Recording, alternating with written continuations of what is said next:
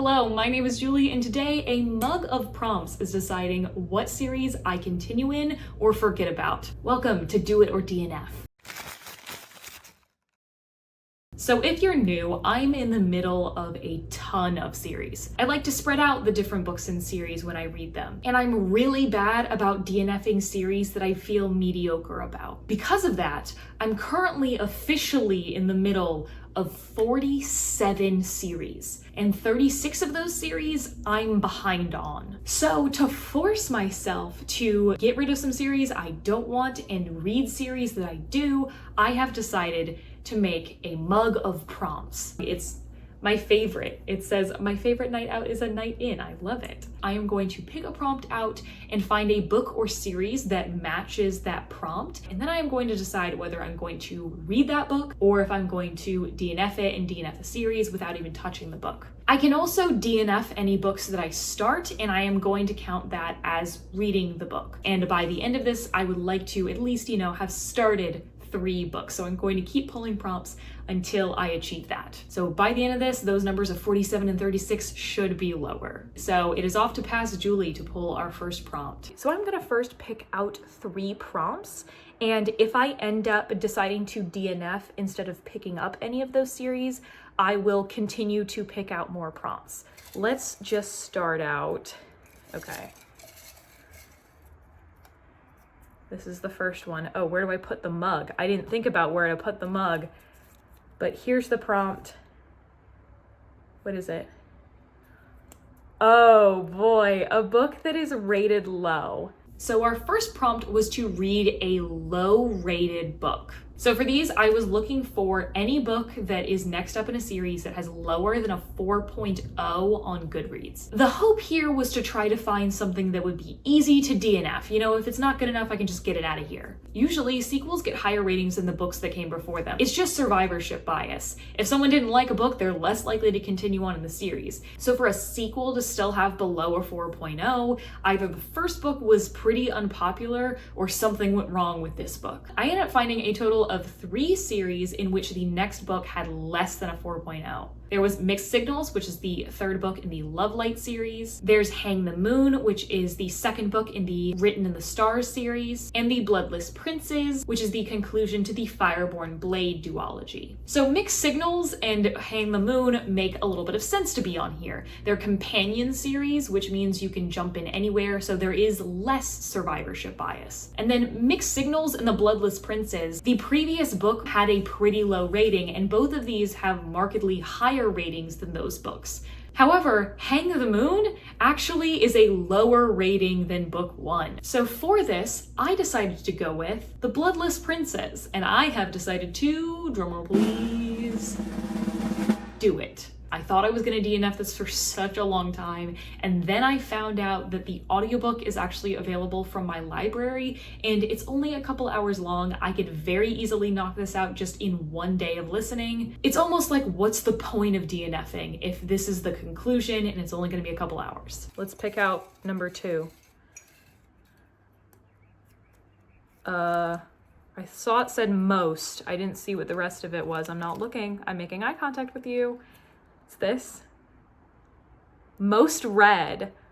I kind of hoped I didn't get this one. I wasn't wanting this one. So the most read book. I had 2 books in mind that I was so sure one of them was going to be the next one. And both of those, I had reasons for not wanting to read them. One of them, I have no plans on reading from that author ever again, but I own the book, so I wanted to finish that out, but not make content about it. And then the other one, we have no news about the next book in the series coming out, and there's a chance that it'll never happen, so I don't really want to continue until that next book comes out. It turns out I was totally wrong, and there was a book that beat them by twice the readership, and that was The Wicked King by Holly Black, with 974,000 reviews. The other 2 that I just mentioned were in the 500,000s, and I have decided to do it. possibly regrettably. Look, couple reasons. This is supposed to be the best book in the series. It's YA, so I'm gonna get through it quickly. And book one actually surprised me with its content. I was under the impression that the book was going to be one thing, and it turned out to be something different. I still gave it like a 3.5. There could be some things to enjoy here. But you know what? I do think that there is a very good chance that I DNF this book midway through. Prompt number 3. Not looking. Oh, I've got it upside down. Finish a series. I wanted this. So that means I am getting rid of something off of my shelf. This is exactly the prompt I wanted. Prompt number 3 was the one I wanted, which was to finish a series, or rather a completed series that I am one off from finishing. Right now, I have 5 possible options, one of which is the Fireborn Blade, which I am already reading for a different prompt, so get that out of here. We only have 4. So I decided to pick the series on here that I have left hanging for the longest, which is Blocklands, which is the 3rd book in the Foundry Side trilogy, which I have decided to DNF, actually. Look, I loved book 1. That was a 5-star for me. Then I read book 2 just about as soon as it came out, and I was massively disappointed. And I was not the only one, because book 1 had a 4.17 on Goodreads, book 2 had a 4.03. That's a pretty big jump. And now I've read 2 more Robert Jackson Bennett's after reading the 2nd book in this series, and neither of them I loved. I gave them both in the 3-star range. So I just don't think Robert Jackson Bennett is for me. And then it turned out that book 3 has a lower rating than book 1. It had a 4.01. So it's been so long since I've read book 2. I barely remember the plot. I didn't like book 2. Why do I have this on my TBR? So it's time for this to get out of here. This is an official DNF. In case I decide to DNF any series that qualifies, I'm gonna pull for our 4th prompt, which might be our next book that we read. Okay. What does it say? I don't know. Oh, character on the cover. Cool, that'll be easy. I feel like that's most books. So prompt number 4 was our easiest prompt, and that was a character on the cover. So well over half of the books that I have do have a character on the cover, so this was a little bit of a freebie. I decided to pick a series that I basically said what I was going to do with in my series I might DNF video that I made, which was Magnus Chase and the Gods of Asgard, which I have decided to DNF. I was the world's biggest Percy Jackson fan as a kid, and there are some days where I still am. I grew up with the books. I loved Percy Jackson, Heroes of Olympus, Kane Chronicles, and then Blood of Olympus came out, and I thought it jumped the shark. Picked up the first book of Magnus Chase as soon as it came out, and I just was not that in love with it. I wasn't really that interested. It didn't pop off the page like the other ones did for me. And then I had absolutely no interest in reading Trials of Apollo. I have actually read the first book in the new Percy Jackson series, and I was not blown away by it. But the reason that I kept this on my TBR for so long, and when I tell you so long, I read the first book in this series in 2015. It has been 10 years. I have graduated high school and college, and I'm about to have been at my job for 2 years. But the reason I had this on my TBR for so long is because Rick Riordan is my single most formative author to my reading experience. And I didn't want to say that I had DNF'd a series of his, but I need to do it. It needs to get out of here. I can't keep seeing this book on my TBR, on Goodreads. I can't keep having this number as an albatross around my neck. So we are finally saying goodbye to the oldest series still on my TBR. So that is another official DNF. And the last one I'm going to pull in case I decide to DNF a second one. Okay, I saw that it was upside down, but not what it was. Non-fantasy. And for prompt number 5, I got a non-fantasy series. So 38 out of the 47 series I'm in the middle of right now are fantasy or fantasy romance. And of the 36 series that I'm currently behind on, 25 are fantasy or fantasy romance. So that left for me 1 general fiction series, 1 mystery series, 2 romance series, both of which I've already mentioned, and 7 sci-fi series I could get through. And I decided to pick a book that I actually own to get through my priority TBR, and that is going to be The Last Devil to Die by Richard Osman, which is the 4th in the Thursday Murder Club series, which I'm going to do it. That's not surprising. I own the book. It's been just over a year now since I've read book 3, and book 5 is coming out in the fall. So if I read this now, I will be all caught up for then. Still haven't read We Solve Murders, but that was kind of my mulligan to catch up. So that means that was our final prompt, and now I can get to reading.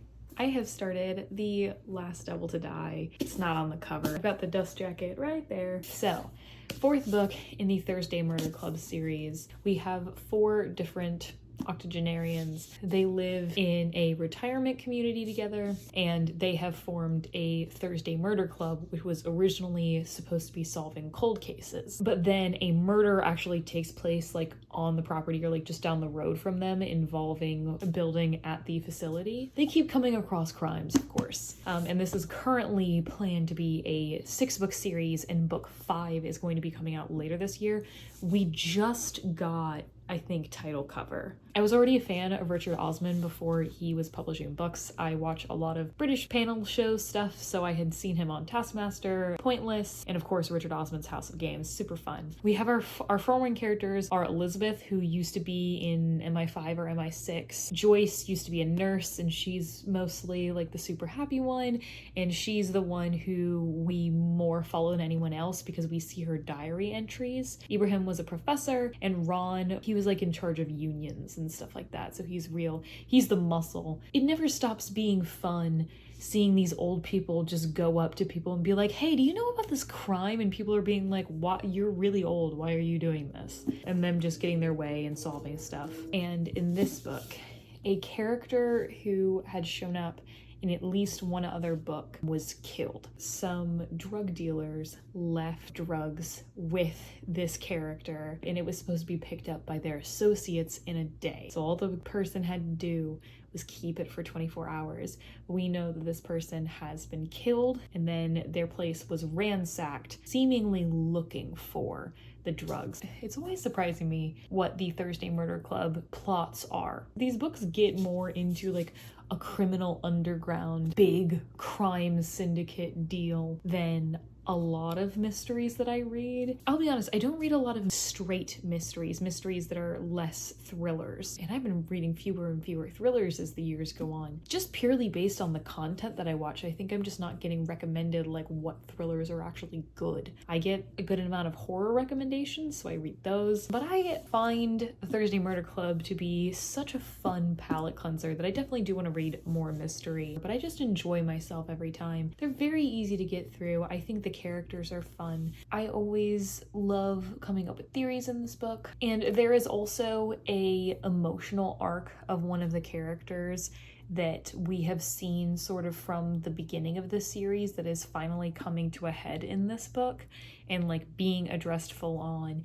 And I can tell that that's going to be pretty emotional. I've heard really good things about this one individually. I'll get back to it. Hey, I'm about, I think 80 pages out. Let me do some math. 70 pages out from the end of The Last Devil to Die. Big emotional moment has happened, and big kickoff of Act 3 has happened in terms of plot. Mystery thrillers suck to vlog because it's like, well, the whole point is a mystery, and I don't want to tell you anything about the mystery. And this is also a sequel, so it's like, well, I don't want to tell you about any of the setups of these characters. I did, in a previous clip, get 2 things wrong. First of all, they're septuagenarians, unless anybody has turned into an octogenarian. Second, Ibrahim is a psychiatrist. He's not a professor. I said that because there is a different professor in this book. I guess I can tell you a little bit more about some things that have happened early on that are kind of set up of the mystery. The NCA have taken the investigation over from the Kent police. Our 2 police officers who are normally working the case and helping out the people aren't on the case anymore. A couple of the other people we're looking at, there are multiple people who are in the drug dealing business who would have been in the chain of command of like getting this to this point already. There is a married couple who do art forgeries and antique stealing. I do have my eye on somebody. I feel like for this book in particular, compared to other books in this series, I've had fewer theories. I don't have a strong conviction of what is going on. I think that these books are so fast-paced that they don't necessarily leave me, particularly as a reader, with a lot of room for me to like, okay,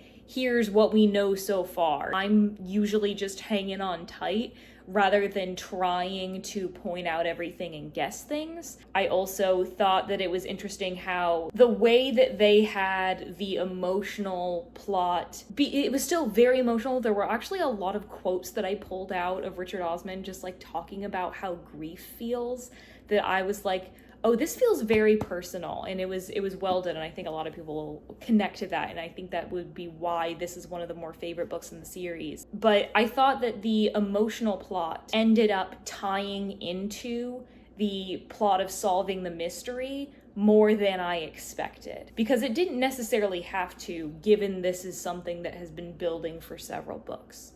For some like cozy mystery series and things like that, you don't have to read them in order. This book in particular, I don't think you should read first. Like, there are enough ongoing plots of the characters that I think it is more rewarding to read them in order, but I don't think it's strictly necessary. They are very contained. Yeah, I'm not theorizing a whole lot, but I did like the one reveal we have had so far. And now we're kind of trying to lay a trap for the killer like they usually do. I am enjoying my time. I think all of these books are like very strong, easy 4 stars for me. I think they're massively entertaining. I like the twists. I like the characters. It's just never like favorite of all time. I would like to read more things that are adjacent to this. I know I wanted to take reading Agatha Christie a little bit more seriously. So if you have any recommendations for mystery series, let me know. I am going to read the last 80 pages and see if I come up with anything else to tell you.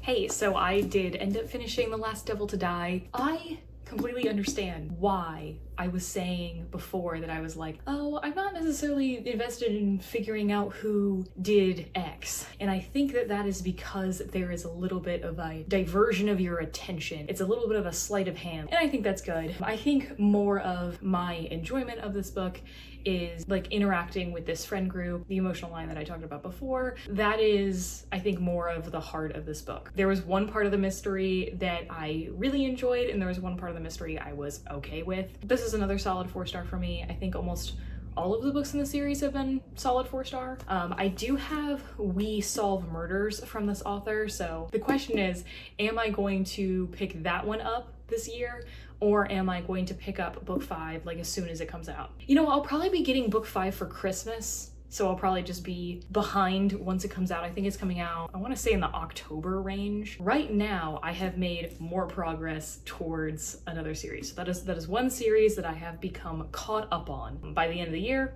I'll be back to not being caught up on it, but I'll be easily able to remedy that. So next up, I did get The Wicked King in from the library. I'll get back to you when I am reading them.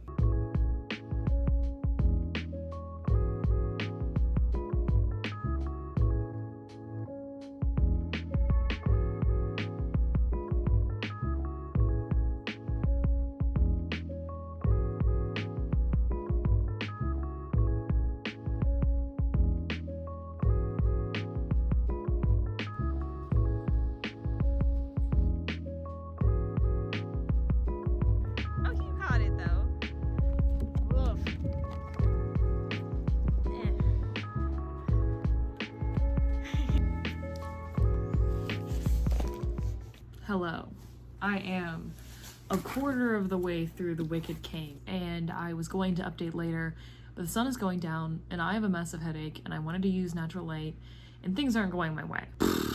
What about this book? I feel like I've just been like trying to get through it as quickly as I can because I'm not anticipating it's gonna be something I love, because I didn't love the first book, even though this is supposed to be the best book in the series. I think Jude is cool because she's a very active protagonist, and I think that a lot of books that do this sort of thing don't have the characters be active protagonists. She'll just fucking kidnap a guy, and like, that's cool. I like that. I'm not obsessed with the love story, but that's okay because this series isn't entirely about that like I thought it was going to be. I don't think we've really had an inciting incident quite yet. What's the inciting incident supposed to be? Okay, we kind of have. Basically, in this book, Jude has been told that somebody close to her is going to betray her, or already has, and she is trying to figure out who's betraying her. Meanwhile, she's like puppeting behind the throne. Low-key spoilers for book 1, but everybody and their mom has read this book, so it doesn't matter. Was it worth it to be in so much pain to have this makeup on? I don't know why. I have so much. Literally, my camera fell because I balanced it on something that I shouldn't be balancing it on. Like, why do I continue on in series that I don't feel strongly about? I hope that they get better. And there's very few series that I can think of that I think actually do get better as they go along. Like, off the top of my head, I think The Poppy War and Jade City genuinely improve with every book. And like the first book, I wasn't super duper obsessed with. I think that the writing style here is pretty good. I think that it has a pretty unique feel to it as far as like typical fantasy goes. It's been easy to get through so far, and I'm gonna try to just chug through it as much as I can, but I also don't want to skim it. I want to actually sit through it. Try my best. I am 2/3 of the way through The Wicked King, and I am also trying out my brand new microphone. So yes, sound quality might be a little bit different, but I thought it would be necessary for me to film on the window because there's so much echoing when I talk here. We're at page 210 out of about 325. There's a wedding going on. Jude is trying to make sure things don't go wrong at the wedding. I think it's cool that Jude's a spy. I think that she's doing a lot of cool spy things. I think it's interesting that Cardan is literally the name of 2 of the books, and he isn't that big of a character in the books. In my opinion, I think it's a good thing. I think the romance is not getting in the way of the rest of the plot. Jude and Cardan aren't necessarily common protagonists, and that is a little bit refreshing. However, that doesn't mean I love this. There's just nothing that's really sticking out to me. I think I really liked the flavor when I was reading this in the first book of like the brownies and the Nixies and the blah blah blah and the different types of fairies and the Seelie and the Unseelie court and like sticking to the regular lore of fairies. In this book, I don't care as much. I think the, fairies not being able to lie is fun, but it's been okay. What has been driving me through this book? Wanting to get it done. I don't think that there's one element that's really sticking for me. I think my number one qualm is it has not had a lot of plot. It feels like we're just waiting for things to happen, and so Jude is going around like prepping, like waiting for things. The first proper like relationship scene between Jude and Cardan just happened. It was very sudden in my opinion, or rather went from 0 to 100.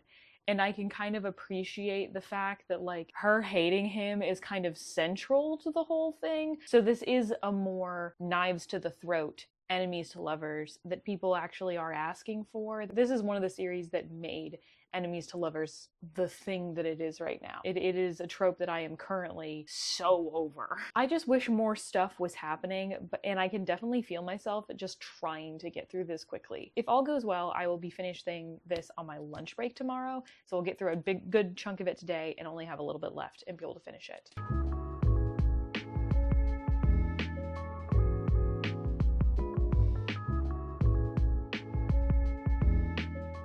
You just saw me finish The Wicked King. Okay, there was a lot more stuff going on in that last third. It felt like nothing was happening for a long time, and then a lot of stuff happened, comparatively. Definitely got to the point where I was like, okay, I understand what events are making people say that this is the best book in the series by a mile. Unfortunately, this book did fall into the exact trap, the same exact ending that just about every single fantasy romance book does, even though I have established this is a fantasy book, not a fantasy romance. And I was, ready to praise this book up and down for feeling different. I do think it does. I think, as I've said before, the fact that Cardan's like not as big of a deal, he's central to the plot, but like he's not on page like all of the time. He's not the focus of the main character. She has desires outside of him. There's enough stuff going on that is not directly related to who he is. It's more related to the fact that there is a monarchy. I've heard mixed things about the last book. I think a lot of people were disappointed by it. I also was under the impression that it was a good amount shorter. I think this last third of the book made it more fun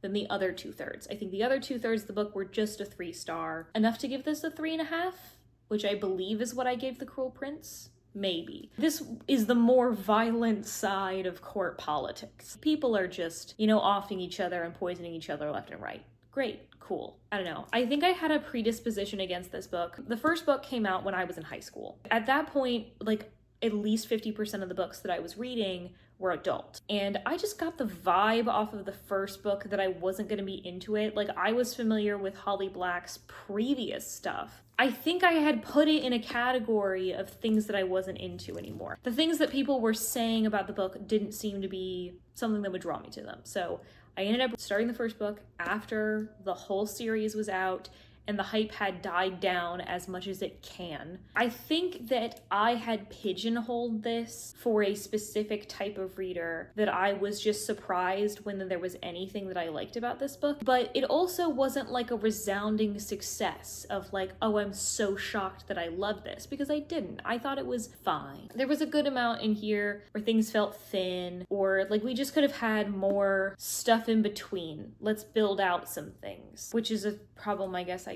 generally have with shorter fantasy, and this is YA, but there's much fewer words on a page than an adult fantasy book would have, and it's only 320 pages, and it's, if I'm not wrong, is this the longest book in the series? It might be. The Fireborn Blade, which I'll be reading the sequel in this video. My problem with short fantasy is it's not long enough. It's not doing enough to sink us into the whole thing. Like, let's make it more complicated. Let's make it bigger. Really play into what you've got. And I think with something like this, where it is urban fantasy tie of like the real world exists, like there's less that you have to do, and it is sort of an established mythology of fairy. There's less explanation that needs to be done, but like a lot of this book felt like vibes. A big thing happens and it's like, well, it seemed very obvious that big thing was going to happen because there wasn't a lot else going on. But also I would like to say that the title of the third book spoils this book. Like, having read this stuff, like what is going to happen at the end of this book because of the title of that book. I do not feel the need to finish out this series, so I believe I am going to be DNFing it, and that's another series that I can cross off. So let's finish out our final book.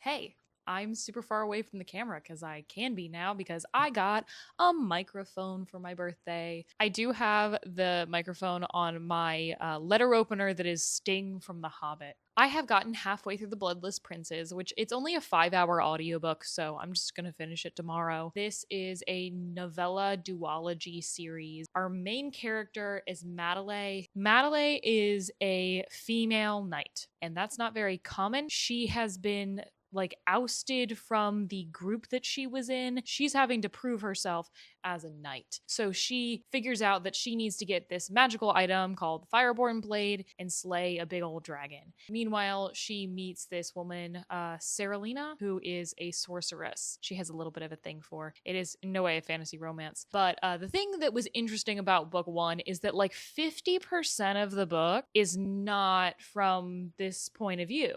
at all. It's not about this story. Like half of the book is like folklore or like the tales of previous knights and like the things that they've left behind. So this is heavy on world building novella, which I feel like we don't see a lot in fantasy. Like I think that might be more of a sci-fi thing. So like we get big concepts, but the plot of the actual book is pretty short. And that was a little bit of a problem for me in book one, and that's why I only gave it like a 3.5 or whatever. The world building stuff we were doing, I was really enjoying. The plot that we did get, I was getting along with for the most part, but like I couldn't be sold on these characters if you don't give me enough time with them. Like it's already a novella and you're only giving me half of the book with the main character. That's wild to me. It's been the same sort of thing. I think there has been less of a split. I think it has been more about the main characters than I remember book one being, but I have been more entertained with the folklore stuff. It has been more folklore, and specifically talking about the dragons in this world and how